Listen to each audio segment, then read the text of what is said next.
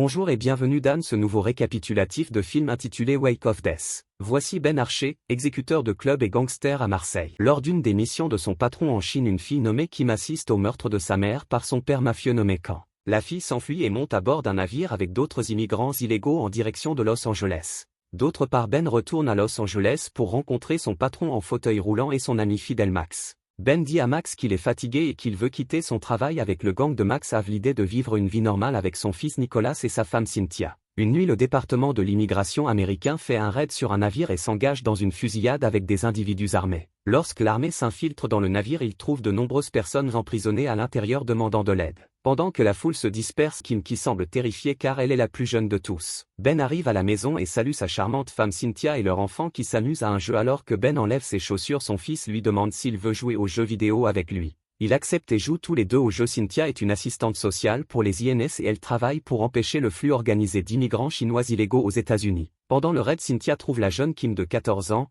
parmi les immigrants affolés et a pitié d'elle. Cynthia convainc son patron de sang-froid, l'agent des INS, Mac Hogan, de lui permettre de ramener Kim chez elle pour la nuit et de rencontrer Tommy Lee et Maman Lee, les parents d'accueil chinois qui ont élevé Cynthia. Son patron accepte à contre-ségur et lui dit qu'elle peut rentrer chez elle, mais Kim est au tribunal le lendemain. Cynthia va voir Kim dans l'ambulance et se présente puis lui pose quelques questions, mais elle ne répond pas. Plus tard, Cynthia et Kim rentrent à la maison. Elle présente Kim à Ben et ils s'embrassent devant elle, ce qui met Kim mal à l'aise. Après que Cynthia ait quitté la pièce, Ben demande à Kim si elle veut de la glace. Il glisse la tasse vers Kim qui l'attrape et commence à grignoter et Ben lui fait un doux sourire. Cynthia s'approche de Kim la nuit et lui demande d'où elle vient.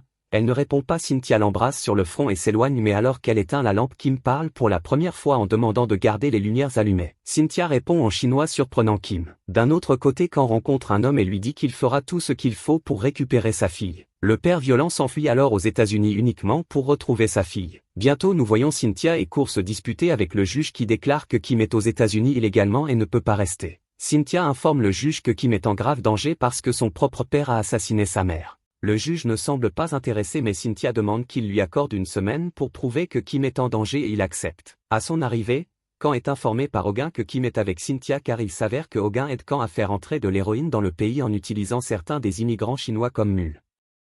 Ensuite, nous voyons Cynthia avec ses parents adoptifs suivis de Kim et de son fils. Le père de Cynthia s'engage dans un discours politique affirmant qu'il a lui aussi immigré en Amérique, mais rien ne semble changer. Nicolas et Kim quittent le petit déjeuner pour se détendre et s'éloigner du discours politique peu de temps après que quelques hommes de main de Kang entrent dans le bâtiment et ouvrent le feu. Tommy et Mama Lee sont abattus et Kang tue brutalement Cynthia alors que Kim et Nicolas, qui étaient dans l'autre pièce, réussissent à s'échapper et à s'enfuir chez Max. Ben arrive au restaurant et voit les hommes armés quitter le restaurant et Ben voit également Andy Wang, un partenaire de Squan qui vend de la drogue. Après un échange de balles, Ben court dans le restaurant et voit les corps. Ben est naturellement inconsolable de la mort de Cynthia. Plus tard, il se sent découragé. Ben examine le dossier et reconnaît Andy, puis choisit d'aller chercher son fils. Squan appelle Andy et lui demande d'aller chez Ben et de le tuer. Ben et son collègue rentrent chez eux. Ben entre dans la maison et commence à pleurer. Il tente de boire pour chasser ses pensées tristes et continue à pleurer jusqu'à ce que les assassins fassent irruption dans sa maison. Andy, utilisant ses gestes distinctifs, prend Ben au dépourvu et essaie de lui faire du mal,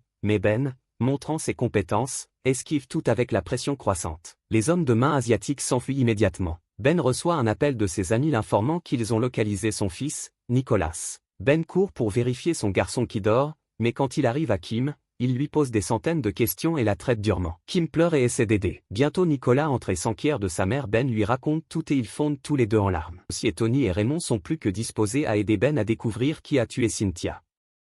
Ben et Tony découvrent qu'Andy dirige un bordel en centre-ville, alors ils y vont. Ben et son copain défoncent la porte effrayant tout le monde. Ils sont attaqués dès qu'ils entrent dans la pièce, mais Ben révèle ses mouvements et bat facilement les voyous. Après avoir tué plus d'hommes, Ben monte les escaliers, entre finalement dans la pièce et tue Andy. En prétendant que c'est pour sa femme, Hogan rencontre Squan qui est anxieux parce qu'il n'a pas encore vu sa fille et menace Hogan, mais ce dernier répond en affirmant que Kang nuit à leur opération de contrebande. À cause de lui, Ben devient fou et tue tout le monde.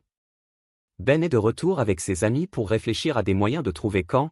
Il suggère qu'il contacte Hogan car il pourrait être familier avec l'identité de Sun Kang. Peu de temps après, un détective frappe à la porte et entre dans la résidence. Il s'enquiert de l'endroit où se trouve Ben et s'il a visité le quartier rouge hier. Le détective est conscient que Ben et son ami ont tué tous ces individus au feu rouge, mais il ne le dit pas immédiatement. Le détective part en prétendant que même Hogan a visité la scène du crime. Cela prouve à Ben que Hogan était en effet impliqué dans toute la situation. Plus tard, Ben dit à Nicolas qu'il part et qu'il doit devenir plus dur, puis promet à Nicolas qu'il reviendra. Nous voyons maintenant Ben et son compagnon dans un parking. Beaucoup attendent la bonne opportunité, ils repèrent Hogan et se précipitent vers lui en voiture. Quelques instants plus tard Ben choque pratiquement Hogan avec un teaser le laissant très surpris. Certains des hommes de main de camp ont été témoins de cela. L'ami de Ben envahit Hogan alors qu'il se lève. Ben veut savoir qui a tué Cynthia et de qui est le fils Camp. Quand il ne répond pas, l'un des gars lui perce le bras de douleur. Hogan pleure et hurle. Bientôt Ben reçoit un appel l'informant que plusieurs des immigrants ont péri. Ben doit partir mais ses amis continuent de percer de nouveaux trous dans Hogan en lui posant des questions car ils savent que Hogan a aidé Camp mais ils ne savent pas où il est. Ils tuent Hogan après avoir découvert où se trouve leur ennemi. Pendant ce temps Ben arrive à l'hôpital et trouve tous les médecins morts ayant été attaqués par les triades chinoises. Ben les suit et les remarque alors qu'ils tentent de fuir à vélo. Il tue l'un d'eux et poursuit l'autre à vélo après une course-poursuite palpitante dans un centre commercial. Ben appréhende finalement l'homme et met fin à ses jours. Un instant plus tard en conduisant Ben réfléchit au temps qu'il a passé avec sa femme et son fils mais maintenant nous voyons que les voyous de Camp ont kidnappé Kim et Nicholas. Ben le remarque et commence sa deuxième poursuite. Connie est bouleversé lorsqu'il voit que les voyous ont kidnappé Nicholas et Kim et assassiné Max et Raymond. Ben est dans une course-poursuite sur l'autoroute avec les voyous qui retiennent Nicholas et Kim en captivité. Ils tirent sur eux mais il est impossible de les arrêter puis ils entrent en collision avec leur voiture. Ben parvient à arrêter le véhicule mais alors qu'il essaie de tirer Kim, un camion se dirige droit sur lui. Heureusement il tire Kim dans la voiture et sort juste à temps pour éviter le camion. Sunan reçoit un appel l'informant qu'ils ont perdu Kim mais ont kidnappé l'enfant de Ben, Nicholas. Quand Ben rentre chez lui, il trouve Tony assis dehors, les sourcils froncés, jetant un coup d'œil à son copain. Ben comprend que tous ses amis sont morts. Il baisse la tête de chagrin en fumant et en regardant la ville. Tony propose de l'accompagner mais Ben refuse, insistant sur le fait qu'il ramènera son fils quoi qu'il arrive. Connie n'est pas sûr de pouvoir s'occuper de Squan tout seul. Kim entre en exprimant son incapacité à dormir et son inquiétude pour Nicholas. Ben dit à Kim qu'il ramènera Nicholas de toute façon, mais avant que Kim ne parte, Ben révèle la triste vérité.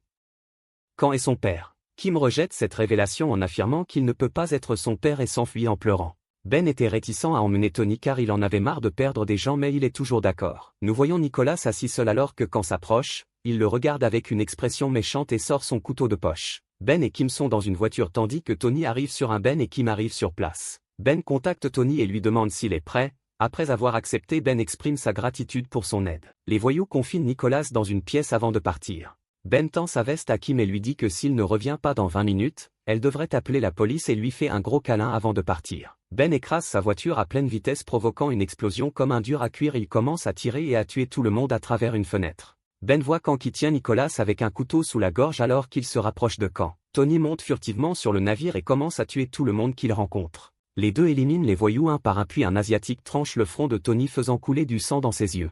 Il continue de se battre et se fait poignarder plusieurs fois. Sa vision altérée conduit à des tirs supplémentaires juste au moment où l'agresseur est sur le point de le tuer. Tony attrape un couteau de sa jambe et poignarde le voyou. Ben trouve enfin Camp mais il pointe une arme sur Nicholas. Kim se précipite et appelle Camp alors qu'ils sont verrouillés dans le contact visuel. Camp se sent ému à cause de l'appel. Ben et Camp se tirent dessus. Nicholas hurle alors qu'il voit son père s'effondrer. Camp saigne également de la poitrine, tombe au sol. Ben appelle Nicholas pour un câlin alors qu'il se débat avec sa blessure par balle.